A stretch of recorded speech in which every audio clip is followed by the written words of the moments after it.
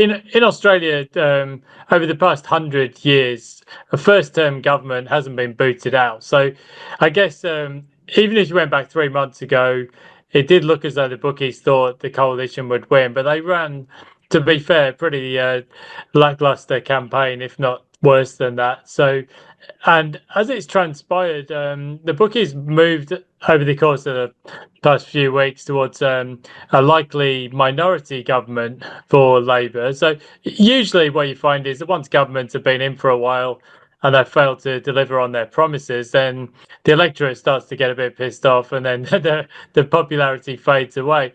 As it's transpired, though, the bookies in the lead up to the election were probably a bit too conservative, and the longer the campaign went on, the more the polls shifted towards Labour. Now, as you said, look, obviously this is not a political webinar, but I suppose, like, for most people who are small business owners, investors, people who are stakeholders in the economy, this is actually a really good result, because what we could have ended up with, we could have had a minority government for the Labour Party, and then we could have had days and weeks where you didn't know who was going to lead, and then there would have been sort of deals done with potentially the Greens and then the Teals, and it just drags on and on. As it transpired, the Labour Party got a massive majority. The Green Party, as you mentioned, they lost their seat up here in Brisbane. The leader actually lost. So the Greens' influence has been completely nullified. Now, as I say, this is not really a political webinar, but to be blunt, the Greens do have a fair few sort of madcap policies when it comes to the economy. There's no coherence, really. The 1 week, Max Chandler Mathers talking about rental price caps, and the next week, Adam Bandt talking about changing negative gearing, capital gains tax. Well, all of that's been thrown in the bin, basically, because Labour's won a big majority, and in fact it's actually increased its majority. So I guess the best thing about that is certainty. So yes, we know who it's continuity. The Prime Minister will be the same for at least the next 3 years, and looking at the size of the majority, who knows, it might even be for the next 6. And there's a few things there. So the proposals that the coalition put in place, they sort of talked about superannuation for housing and various other policies. Well, that's not going to happen. So I guess if you just run through in bullet point form what the Labour Party policies would be: more energy bill relief, so every household will get $150. It's not as good as cheaper energy, but that's what we're going to get. Same for small business, and there'll be an instant $1,000 tax deduction, which was a policy introduced really just to cancel out what Peter Dutton had proposed. 20% off help debt for graduates or students. That's in June. So last I'm too old to benefit from that, but that's good news for graduates if it helps them to to pay back the debt sooner and get on the housing ladder and so on. Now, there's, I guess, the most controversial change, 30% tax rate, or a doubling of the tax rate within superannuation for balances over $3 million. Now, at the moment, that is only a proposal, hasn't been legislated. So the Senate could actually potentially block that, so we don't know. And it's slightly more controversially, taxing of unrealized capital gains within superannuation above that threshold, which I guess, look, if it doesn't impact you, happy days. If it does, that's a real pain, because if you've invested in a startup or a fund and it's valued at more than you paid, then you might have to somehow find the tax to pay the ATO. Again, this may not get through the Senate, so it's definitely a very unpopular policy because people hate having the goalposts shifted on them. Anyway, for the housing market, which is what most people are interested in, I imagine, on the webinar, so there's a 5% deposit scheme introduced for first home buyers from the 1st of January 2026, and the price caps have been lifted all the way up to 1.5 million for Sydney, $1 million for Melbourne, same for Brisbane. So obviously that's going to light a bit of a rocket under the bottom quintile or bottom quartile of the housing market. And I think there's a few things that might happen there. Firstly, any first home buyer who can scrape together a 5% deposit is going to be buying in 2026 because they don't want to miss out on that opportunity. I think a lot of people will be shaking the tin to the bank of mum and dad.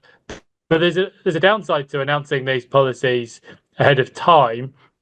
Because every investor in the market knows what's coming in January 2026. So you may find that some of that advantage is arbitraged away as investors just pile in between now and January. So I'm not really a big fan of announcing these policies ahead of time because it distorts the market, and it may well be that the first home buyers end up paying more as a result in 2026. Anyway, that's just a rundown of what Labour's proposing. But the good news is we don't have to spend the next few weeks wondering what's going to happen. We've got a government formed. Albo can now deliver on his proposals and plans. And yeah, they might have some objections from the Senate, but yeah, by and large, it's a big mandate for delivering what they want to. Yeah, it's interesting to see what's unfold and whether the promises can be kept. Probably not. Yeah. If history's anything to go by. So I mean, it's only 3 years ago. The one of the key election policies was to reduce energy bills by $275 over the remainder of the decade. They've gone up about 1,300. Like, I think sometimes what's pledged in an election campaign doesn't always transpire, shall we say? But anyway, I guess I think for the housing market, the 5% deposit scheme is a game changer. So the government will not require any lender's mortgage insurance, so they've basically got your back as a first home buyer. And we've seen with enough of these policies before, if you go back to the Rudd stimulus or the various stamp duty exemptions or even the home builder package through the pandemic, if you give people free money, they take it. That's how it tends to go. You may remember in the lockdown periods when the government at the time introduced the home builder package, and after a few months the Labour MPs were ridiculing it, saying it was a fizzer and it had failed to deliver. But then it absolutely went crazy. We had over 100,000 detached homes under construction. Well, the highest in Australia's history. So yeah, and it's the same in Western Australia when you could get a grant to build a new home or buy a new home. Like they do get taken up. So no doubt. The first home buyer rush is coming. So look, if you're an investor, what does that mean? Well, I suppose you don't like to take advantage of the first home buyer, that's for sure, but you can be fairly sure that the property cycle as interest rates fall is going to be driven in 2026 from the bottom of the market upwards because and in fact, look, I don't track huge sections of the market, but I was looking at a couple of units, one in Sydney and one in Brisbane this week, and so just suddenly a big jump in the asking price after the election date, 100k. This is how the market gets distorted by these incentives and stimulus packages, and yeah, I guess ultimately it gets priced into that part of the market. So yeah, that's why, yeah, announcing these things, in May 2025, but not coming into force until next year. Well, yeah, you're sort of asking for distortions, really.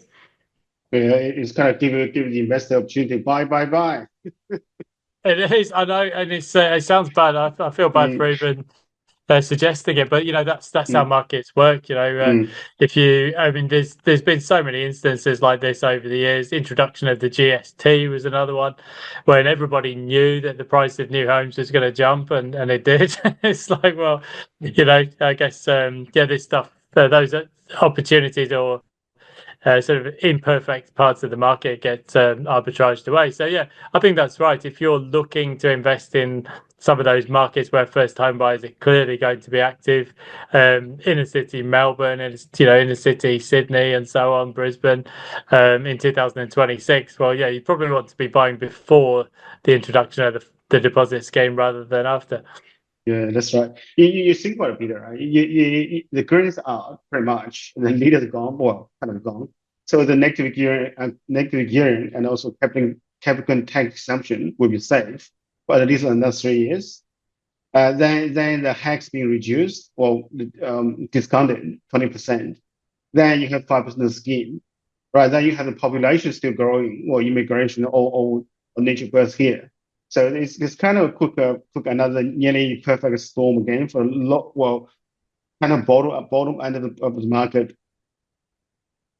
Well, yes. I mean, I would. I mean, I'm always trying to play devil's advocate on these things, but you're right. If you look at, well, let's go through the variables. Population growth in the Labour budget. If you look at the budget papers, net overseas migration, it is forecast to slow actually over the next few years because we went through a kind of a spike as the international students came back. But you're still talking huge numbers of population growth, about 1.5%.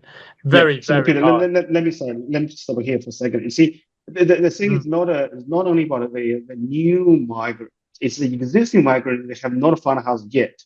Right? There's still build up shortage. Now the new like let's say 20,000 new migrants come in, so it piled up on the existing migrant who had not found a house to live in yet.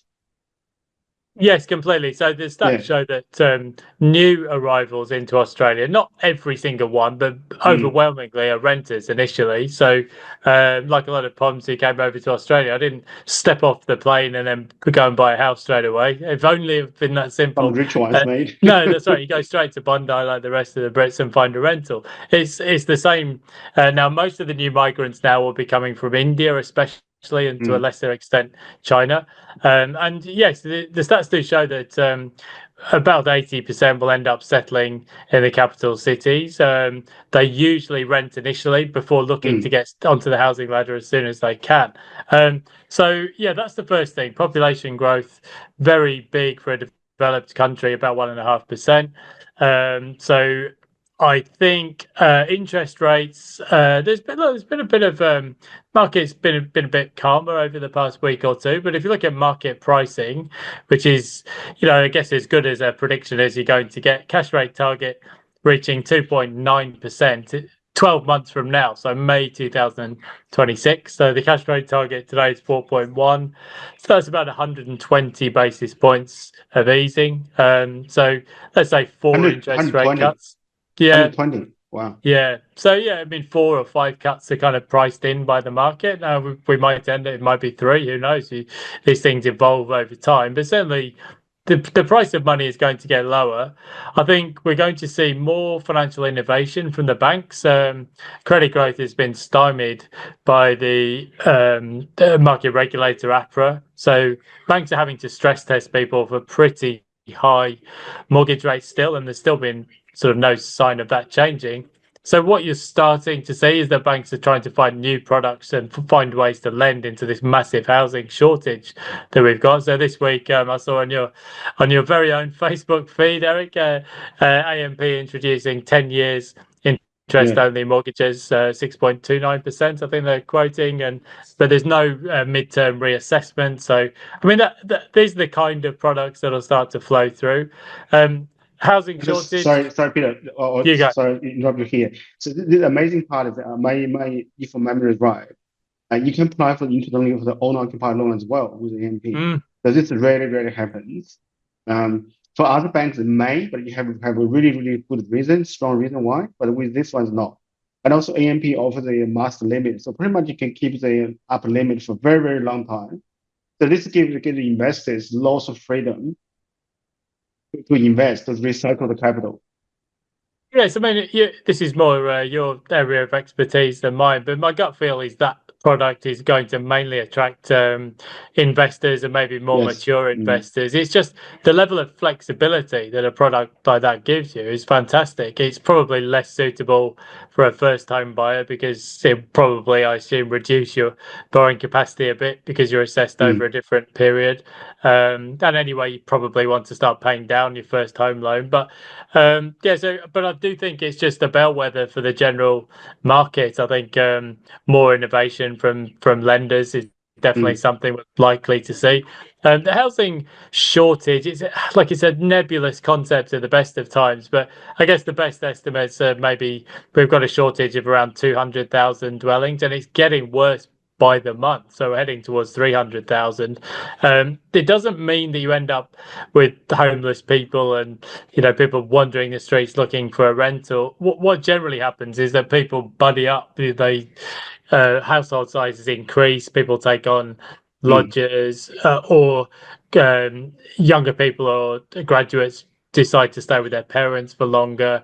So it doesn't mean that rental vacancy rates will go any lower than 1% nationally. Probably there's always going to be some frictional vacancies, but it just means that just structurally there's just a massive shortage of housing compared to the demand for it, and that is obviously quite bullish for prices. So there's all of these things plus Labour's stimulus. I think this one of the themes for the Labour Party is just it's kind of a big Australia. So, and that means big population growth, but it also means big infrastructure spend, just big spending generally. If you look at the NDIS and some of the other areas, infrastructure, housing construction, it's going to be a massive 3 or 6 years of just a general investment all the way through to, I guess, the Brisbane Olympics. So I mean, all of those factors, when you look at it, and there's not much coming on the supply side, it's kind of all bullish for housing. So I guess, with that having been said, you try and take the sort of counter argument or the devil's advocate point here. Well, what's the risk? I mean, I suppose if interest rates were to not come down as much or even go up, that's one possible risk, or just a risk out of left field if the economy really starts slowing.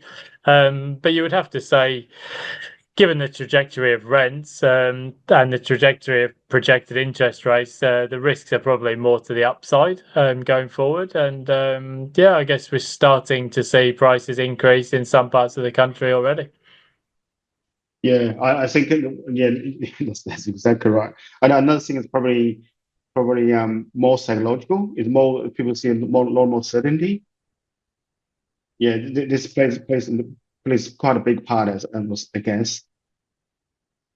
Yes, actually, there's one other thing there which you actually touched on just before, and that was, will Labour look to reform negative gearing, capital gains tax, franking credits? Like, I think it's fair to say that just generally, I mean, the government spending was a record high last year, so There's always so they'll be looking for ways to raise taxes.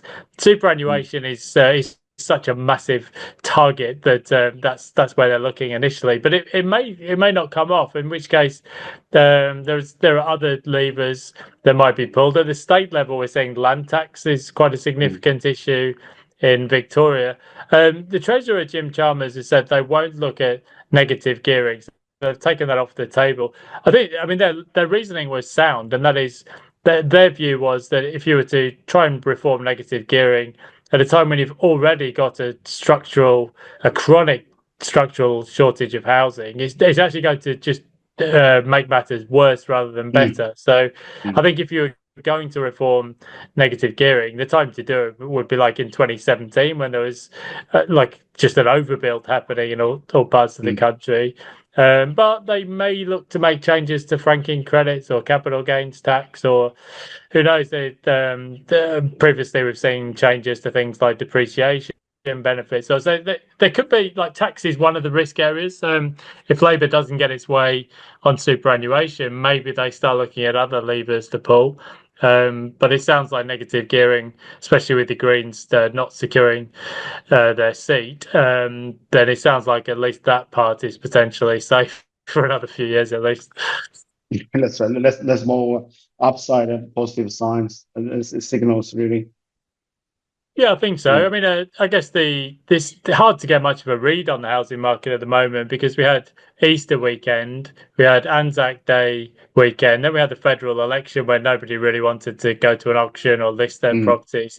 So listings are actually well down through the month of April.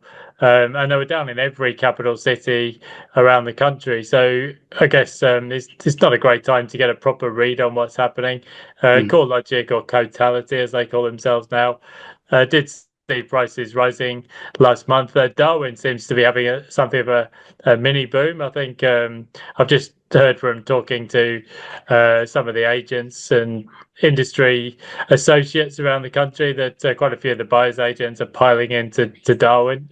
So I think it's just such a small and illiquid market in Darwin. It doesn't take all that many buyers agents to go in, and suddenly you're moving the market yourself, because there's only 700 or 800 listings across the whole greater capital city. So you start putting a third of them under contract, of course it's going to be lifting stuff up. But yeah, I mean, generally around the country, listings are now really low, and I don't think they start to pick up in earnest until the spring selling season. So it's a pretty quiet time of year for listings at the moment. And I think a lot of people just over the past few months have just kind of been sitting on the sidelines, waiting to see what happens with interest rates. The inflation figures were relatively benign, particularly for the underlying inflation figures. So I think the headline inflation was 0.9% last quarter, but a lot of that was just the unwinding of the electricity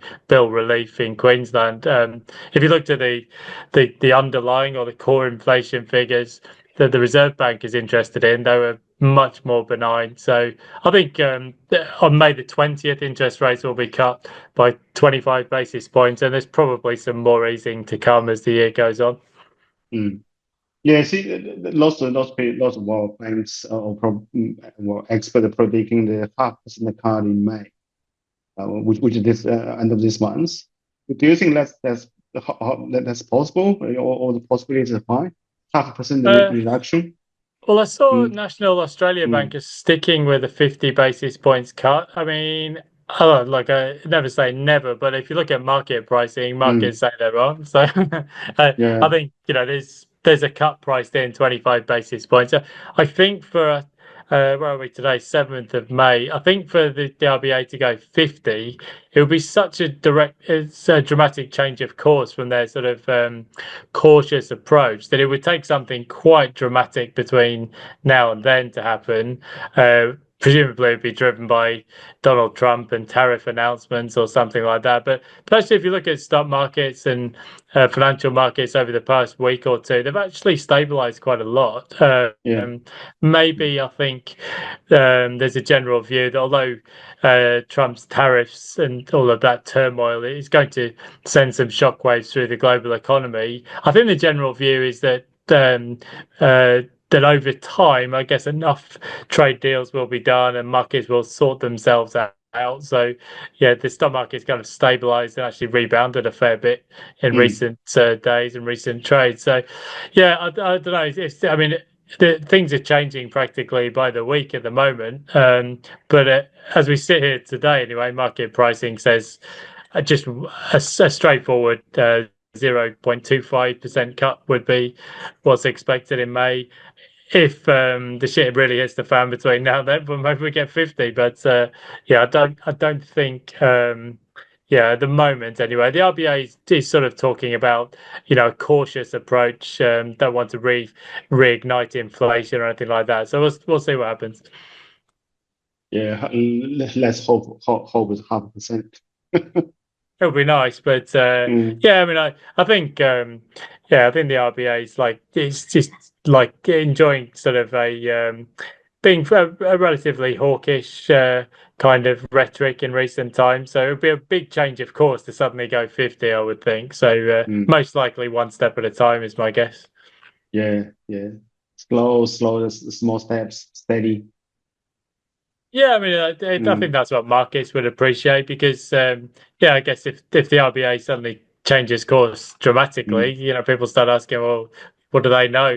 What are they seeing coming to need to take urgent corrective action? Usually 50 basis points cuts are really reserved for recessionary periods and things like that. So, I saw today kind of stuff. Yeah, exactly. Yeah, or even, over in Europe, we saw even the 4 percentage point cuts in the global financial crisis. But New Zealand today, the unemployment rate was level at 5.1%. Well, in Australia, it's only 4.1%. Like even after the slowdown in the economy, we've actually kept very low unemployment all the way through this cycle. So I don't think, well, I can't think of any time in recent history where we've had such a low unemployment rate and people are talking about a salvo of interest rate cuts. So it's a pretty unusual dynamic. Yeah, it's quite interesting. It's really interesting. Look, Peter, you have a very broad knowledge, and then you did lots of research. You've written several 8 books as well. Look, I know you have a deep understanding of the economy and also all housing market. So you mentioned about the migration, right? Do you, in your view, do you think there will be still very high level migration? You mentioned about 200,000. And do you think this will be steady or kind of increase again? Or gradually reducing? Yeah, I mean, there's a few things to say about that. So I suppose every couple of years or so, the government releases what's called an intergenerational report with long run population projections, and usually what the intergenerational report says is that new migrants they tend to be young and they tend to be employed and they tend to stay working for a long time. So it does a few things. One, it slows the aging of the population.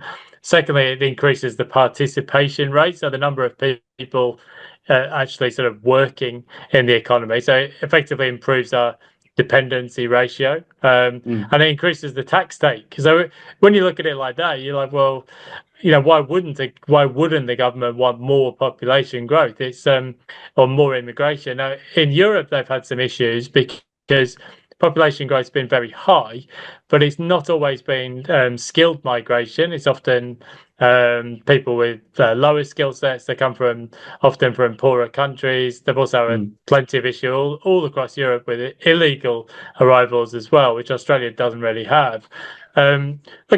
Australia's migration program has been successful for a number of reasons. Even though we've got high population growth, it's a much better controlled system. So, for example, when I applied to become a permanent resident of Australia for a skilled visa, I had to have 60 points as a chartered accountant. I had to have 30 points having done 3 years minimum in my profession, and I had English test. I had I can't remember what else I had. I was under 30. That got me another. You did an English test. Yeah, I just about scraped through. But and also there's a migration test as well, the history of Don Bradman and everything. But anyway, getting off point. The point being, it was hard even for me as somebody with a professional background in London, and being under the age of 30 was a key part of that as well. So Australia, there's we had a lot of graduate visas, lots of international students.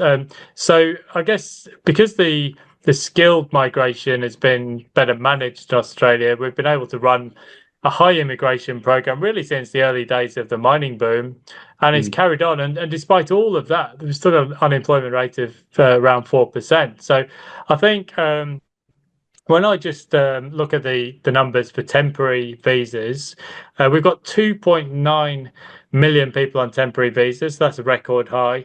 I think if you strip out the visitors and the holiday makers, it's 2.5 million, and that's up still a lot. It's still a lot. It's a lot. Yeah, it's up 5% over the year. But I think what will start to happen a little bit is we're seeing increased processing fees for international students.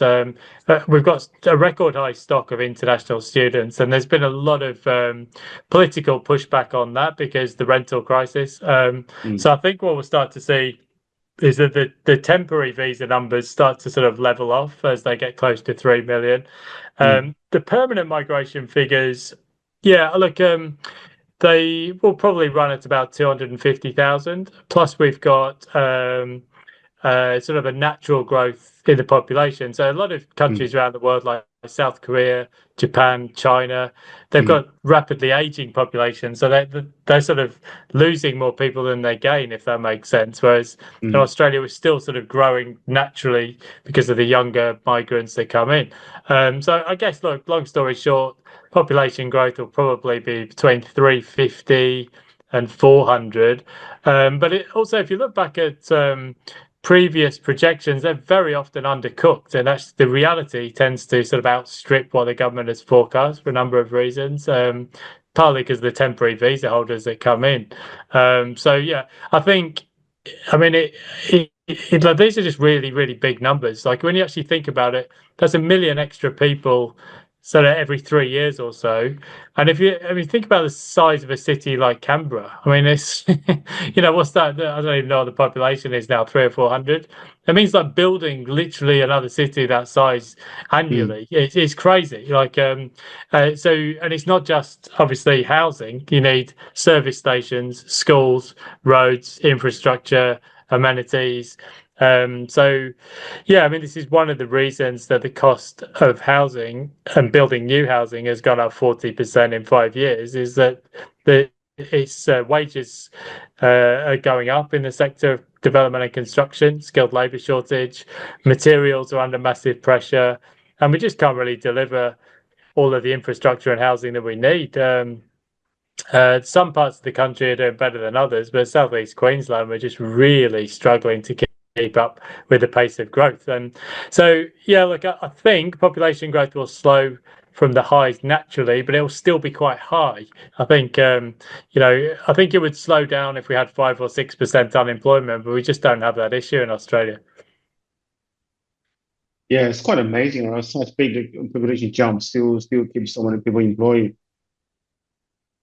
Yeah, I think, I mean, there's a lot of things that have happened over the past 5 years that have been very unusual. Like you can't just sort of look back to a previous cycle and say, oh, well, last time this happened, because we haven't gone through a period where the borders were shut, or, people were told to stay home for weeks or months on end, Mm. So I guess, with the furloughs and the sort of JobKeeper packages and all those kind of things, all of that stimulus is relatively new, really. We haven't had a period where the economy's been put on hold for a year or two in Australia and globally. So yeah, it's driven a lot of very unusual trends, and I guess a lot of the graphs sort of go like ticking along, and then they go to Mm. zero, and everything stops, and then they've all sort of come back flat in a kind of square root shape. So yeah, there's a Mm. lot of things that would look unusual historically.